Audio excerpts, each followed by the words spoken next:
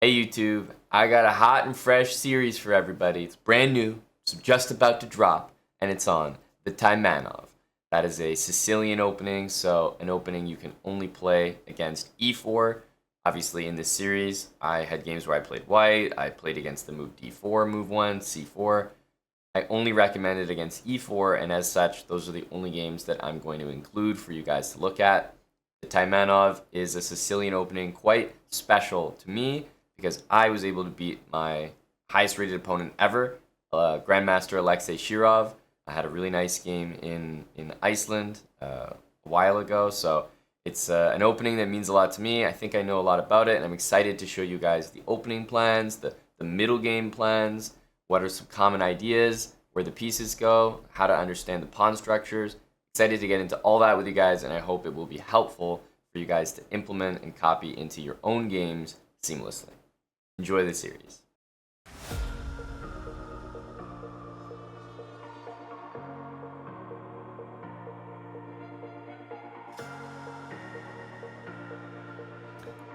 E4, obviously we want to play C5, and the Sicilian that we're going to be doing is the Taimanov, which is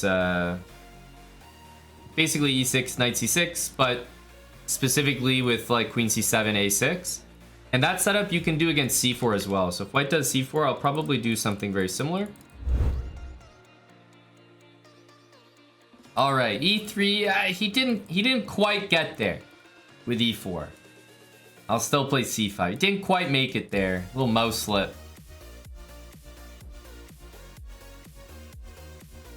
Still gonna put my pieces in a very similar way. Knight there. Okay. Very tempted to play this, but I'm actually going... I think after the move Knight E5, I mean, my mind is racing. How many different things can I do to kick this knight out? I'm going to choose a move that is part of our setup, so it's not even a bad move to do. A6, which I like to do really, really early. We want to play D6 to boot the knight out. Maybe I would normally forego that move, but no sense in leaving him with a knight there, right in our face.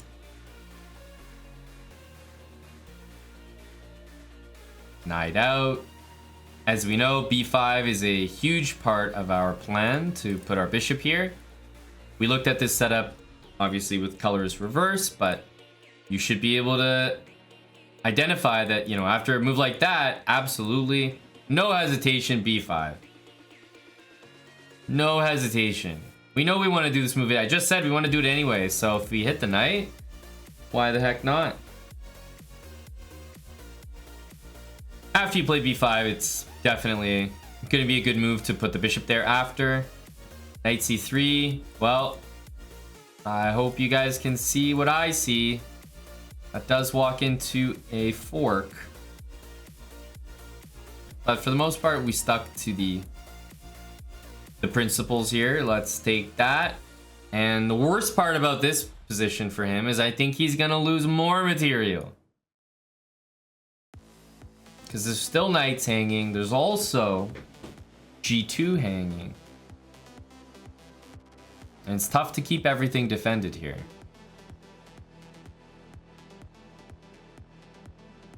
Yep, knight takes there. Good move, I'll take back. Knight C4, and the bishop's being hit, so I actually can't really take this pawn, or at least I don't want to. But we can save this guy. I'll just put it back on a normal square. Knight F6. I mean, maybe if white castles, we could just mate. Oh, that's that. There we go. Castling's important. Isn't that what they said? They always teach you castling is so important. You always gotta get castled. Well, it would have been nice for us there. I'm gonna take this and hit the rook. This diagonal in the Taimanov is often the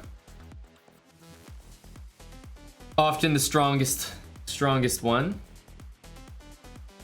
And we're going to be throwing our bishop in to h4, and our opponent is checkmated in a mere 15 moves. Ugh, it must be because of this fantastic opening, which we are definitely using to get these wins. Nothing except the opening can be credited here. Of course. I feel like we still haven't really seen what it has to offer. You know, we still haven't got that e4, c5, but we'll get there in time. For the moment, at least appreciate some of the smaller details, like the fact that the pawn needs to reach a6, usually pretty early, right? When a knight comes to c3, we want to have it totally restricted. d6, I don't like to play too early, but if there's a knight in my face, then sure. And then for the most part, b5, bishop b7, knights out to normal squares, and bishop e7 and castle. All right, we do see the most popular move. Here goes our Sicilian, c5. Super common is to see the move bishop c4 at some point against the Sicilian. When you're at 400, 500, 600 elo, and we will see it here.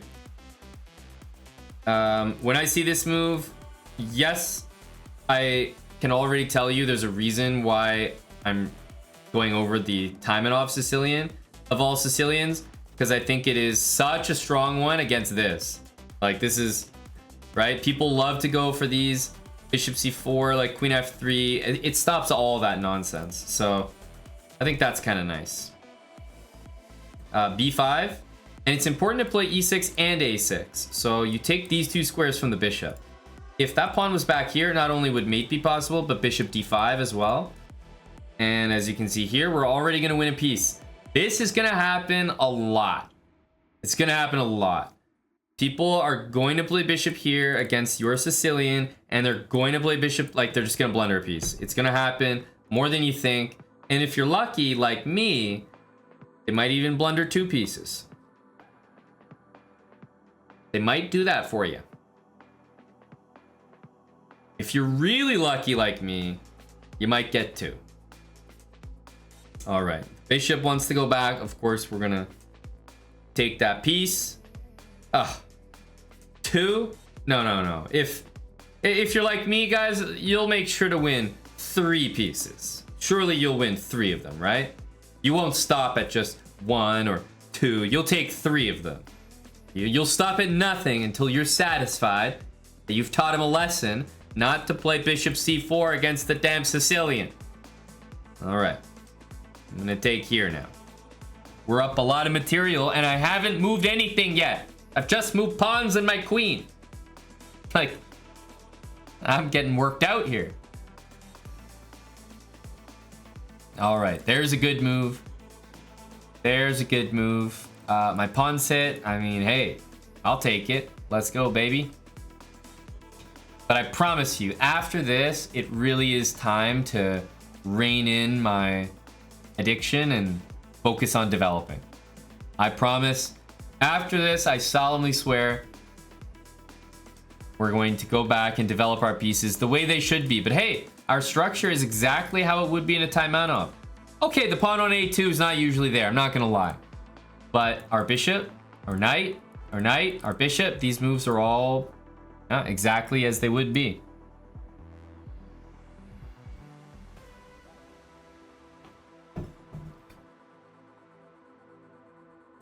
All right, c4. It's always like a little bit weird to play these positions because you're up so much material that of course the position is going to be played a little bit differently than if you were just playing a normal game. So yeah, I mean, I am going to play bishop b4 because it just gains time on the knight. But in a normal game, I would probably just play bishop e7.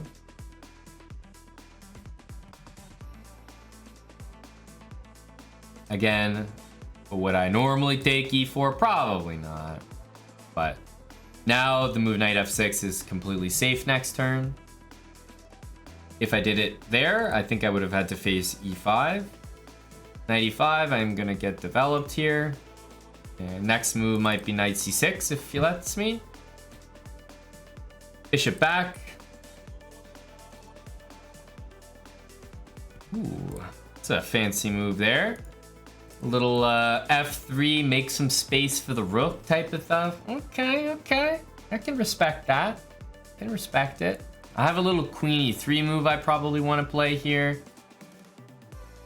Knight to, let's go here. Knight to c6 is always always available, but I think the real issue is that this pawn is going to disappear, and then the knight becomes a little awkward. Oh, that's a good move as well. Holy smokes, you really come alive here with these rooks. My goodness. I'm gonna have to do this. I'm just gonna have to. Oh, no, not this. Oh, why'd you go and do that? Hey. Backwards knight moves. You're supposed to see those. It would make the end of the game competitive here. Oh, we walked into it. Okay, okay, okay. Well, this isn't the best representation. Look, all right? This isn't what you're going to model your games after. But what did I say at the start of this game? I said something that absolutely came true. Low-rated players love this opening. They love playing e4, bishop c4. It's because against e5, they probably play the Italian, and because they're playing low-rated players, they probably all try to do like Scholar's Mate of some way, you know? Some way, shape, or form, they want the bishop there because they know about the f7 square being weak. But your Sicilian setup, if you're following this series, will be amazing. It'll be perfect against that. You'll literally never get mated on f7. It's impossible with this pawn here. And as long as you play a6 and e6 in the opening, b5 to get your bishop out is all good moves for you. And if you happen to win a piece with c4, if they make a mistake and go there, then that's great. Then there's, you know, there's free pieces in your future. Yes, Super Saiyan, the Taimanov and the Paulson are pretty much the same. I think basically it involves a different move order with how you get there, but yeah, it's pretty much the exact same. I think there's a difference between black playing e6 on move 2 and knight c6 on move 2. And yeah, I think e6 is more flexible, so I like this move. This will be the one that we're going to be going over in this series. Knight c6, though, you could end up in the Taimanov, you know, just as easily by playing e6, but I really prefer e6 on move 2. So this guy's name is Bishop. Hey, Bob. All right, against knight there, I'll still go c5 because our setup will still be good here. And yeah, usually you encourage people to play e4. So this is good. I'm going to stick with very similar stuff to what we've been talking about so far. Knight c6, queen c7. And actually, even though he played d3 here, the fact that he played d4 means after this, we are effectively playing the Taimanov. So there we go. We're gonna have an extra move here though. So whatever you see, just know that it's it's one extra move better than usual. All right, knight to c3. So quite literally, white should have this position and it be their move. But because of what happened, d3, d4, that's not the case.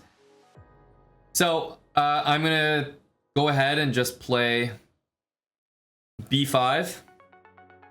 Pretty much the main idea of the opening. If they had taken my knight like before my queen went there, because sometimes that's possible, then you know, I would almost always take with the b pawn. Once I play b5, if they take my knight, my plan is to always take with the queen, just to clear that up. Okay, after b5, no surprise, bishop b7 is going to be my move. What did I say about this rook? If it's white, it wants to go there. If it's black, it wants to go here. So rook always goes to c8. Notice how I'm prioritizing my queen side heavily here. So I haven't even touched anything over here, right? We talk about how it's like we want to get developed, we want to get castled. That's not necessarily like a massive priority. Massive priority in the Taimanov is to develop your queen side. However, if I see nonsense moves like this, guess what? I am going to play knight f6. I mean, not going to say no to that. right? I mean, that's just a good move. I see queen there. Like, am I really gonna say no to that? No, that's where my bishop wants to be. Again, I don't really see a problem with that. And already we can see that simply because of this nonsense queen maneuver, he's now lost a full piece in the center. Somehow the knight was defended by a queen and a bishop, and in just 3 moves, white took away all the every possible defender of that piece and said, you know what, see ya. Goodbye. Knight's being hit. Knight c2, king d2. I can retreat my knight to d4. And although my knight kind of looks trapped in there, I think king e2, we can maybe play knight takes a3 as well. Okay, it does go there. Surprise, surprise. Let's bring the knight back to d4. Again, e5 is covered. This move is always just going to be silly because we take back and we hit the queen. Oh, and he's not even looking. His eyes aren't even looking in that direction. Ouch. I'm happy we had this game though, because you guys really got to see, even though we were a move ahead, you really got to see what it looks like against a mainline open Sicilian. Right?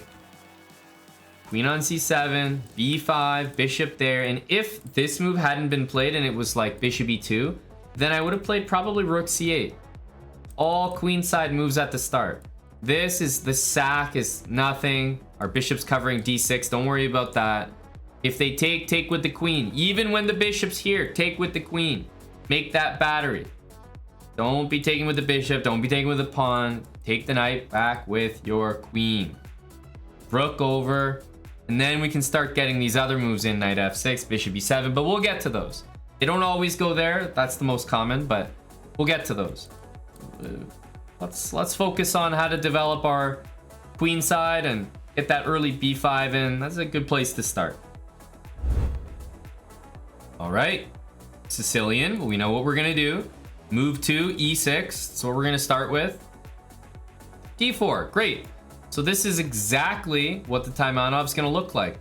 Don't play a6 right away, as tempting as it is. That's not the Taimanov. This is the Taimanov, starting with the knight.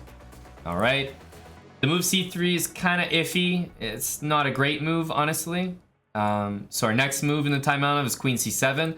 I mentioned before, don't be so stressed about knight b5 because your queen moves back, the knight can't go anywhere, and you kick the knight out with a6 next. And remember, you want to play a6, so that would be useful for you. But regardless, after you bring your queen there, your next move is a6 anyway, so it might end up just transposing, but good habit is usually to play queen and then pawn. My opponents these days are just giving me extra moves for no reason. I'm like, what did I do to deserve this, right? I'm getting the priority treatment here. So c4 is already a little unorthodox for a Sicilian, I would say. As you can see, I can't play the move b5. So honestly, I am gonna have to adjust things a little bit here from what I might normally play.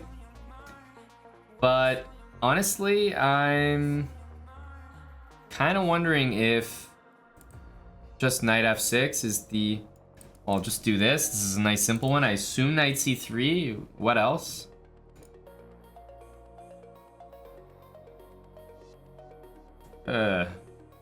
Oops. Well, that's a free pawn. Always take a free center pawn, especially in this opening. I mean, the e-pawn is super valuable. Now he goes knight there, which is probably not the best move. I'll take. Now we got some weak pawns there. Just gonna keep my bishop development nice and chill, nice and simple. Of course, we want to castle. Yeah, I think my opponent wants to do this. Once again, I'm not usually a fan of like playing d6, but in the event of, let's say, a move like this, yeah, I'm a little more interested, you know, in playing d6. As it stands here, it just so happens that my opponent is kind of like double pawns, down a pawn in the center, way behind in development, all that stuff. He's not even castled. So I think I can get away with the move e5. But let me tell you something. After the move e5, you better be damn sure that knight f5 doesn't work. Because if it does, you are going to regret playing e5. e5 is a categorically weakening move to your position, and you never ever want to play it unless it's for sure going to net you something like good. Queen here, there's bishop to f3, which I'm not too psyched about, so I'm just going to play pawn takes. Nice and easy. Get my bishop developed. You know, we got rook sliding over to d8 as well. Let's go here. But e5 is a risky move in the sense that if it doesn't happen the way that it just did in the game where they have to take you, then e5 is like a serious weakness. Should be avoided. All right, rook there. I suppose we could just trade everything. We can also get an escape square ourselves here, just to sort of get ready for the endgame. The one thing I like about my position is that the king can't really castle in either direction. And we have that one extra pawn, it's right there. Kind of feels better than that though, because my opponent's got this weak set of pawns there. Ooh, okay. It's a bit of a weird one, g4, but you can see what white's doing though, right? Like it, you know, does make sense in that sense. Maybe bishop h4. Rook to d8. I think rook d8's the move. Let's bring the rook to the open file. I am having this premonition that this bishop is just gonna drop, so I'm a little scared on his behalf here, but I think we can get the queen in and just maybe pick up a bunch of pawns here.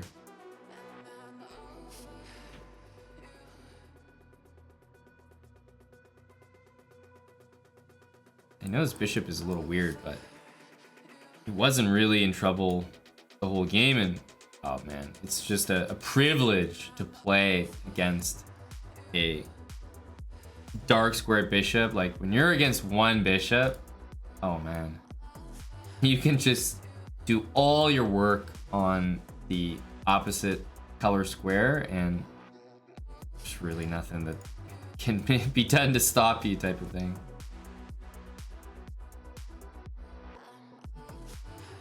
Ooh, I don't even know if that is the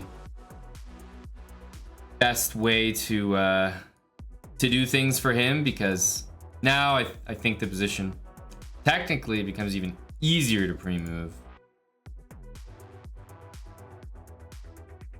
Let's just go take this.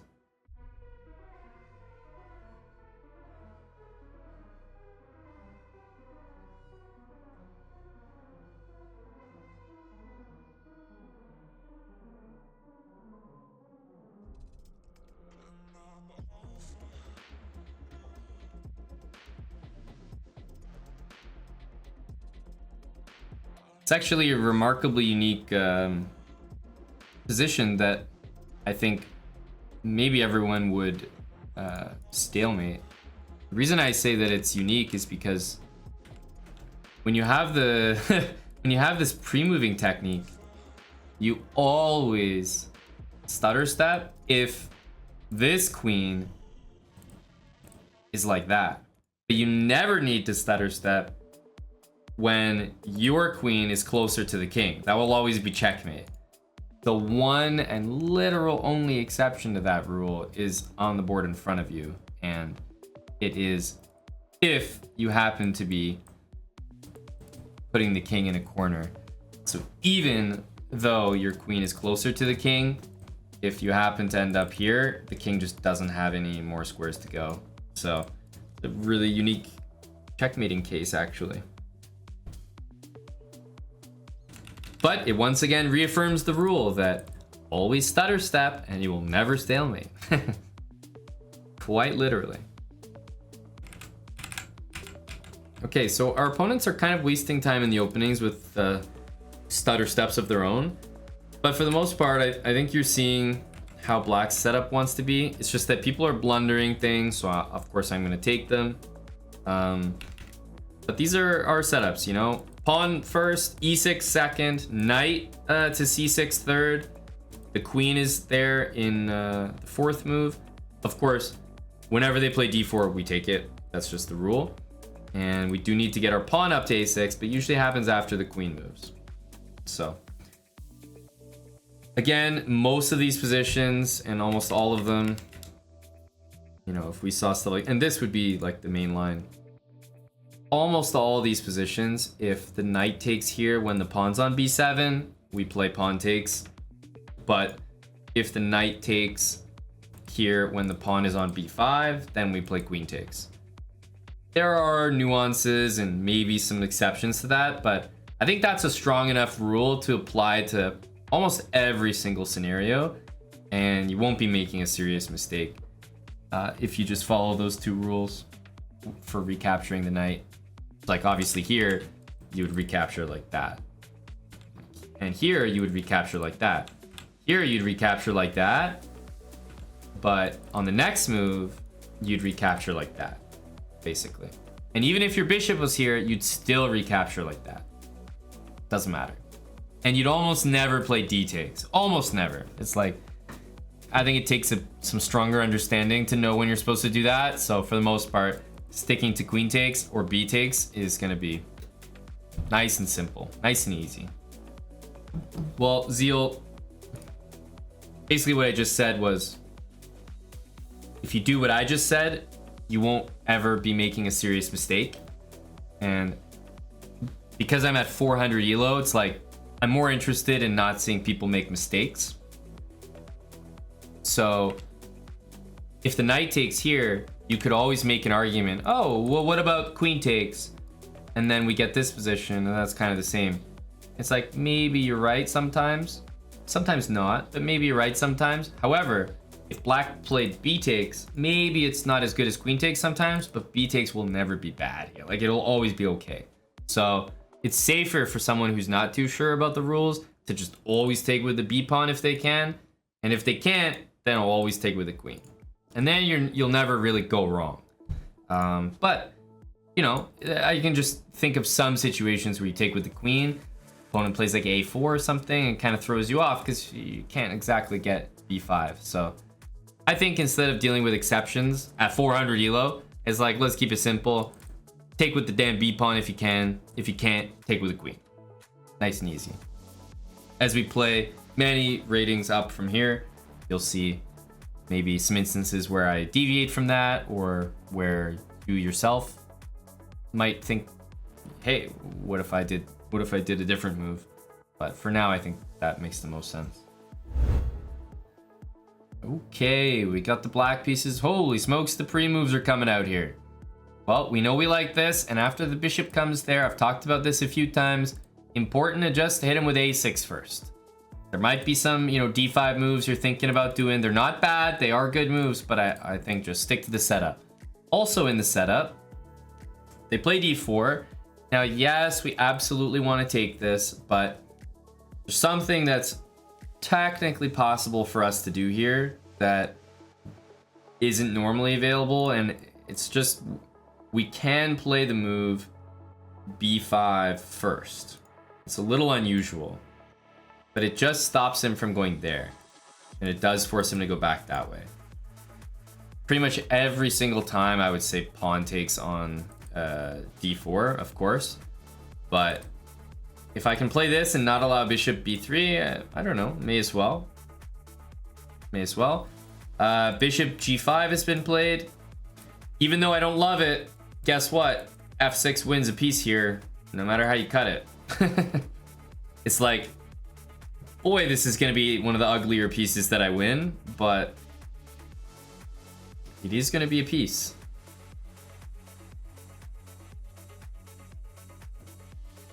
It's like, you know, it's not my finest opening, but hey, a free piece is a free piece.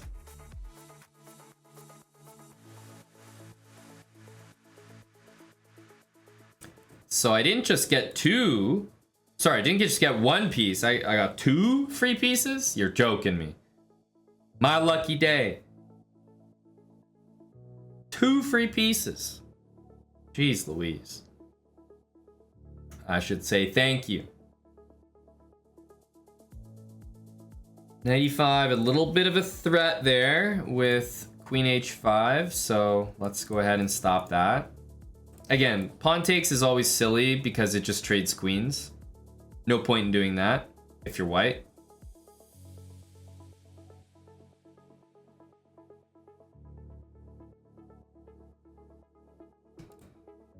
Good move, tricky move.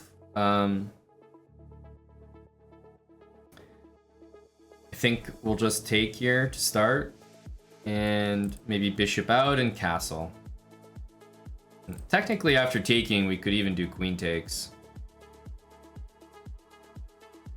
Ooh, that's a lot of free stuff for me so far. I gotta say thank you very much.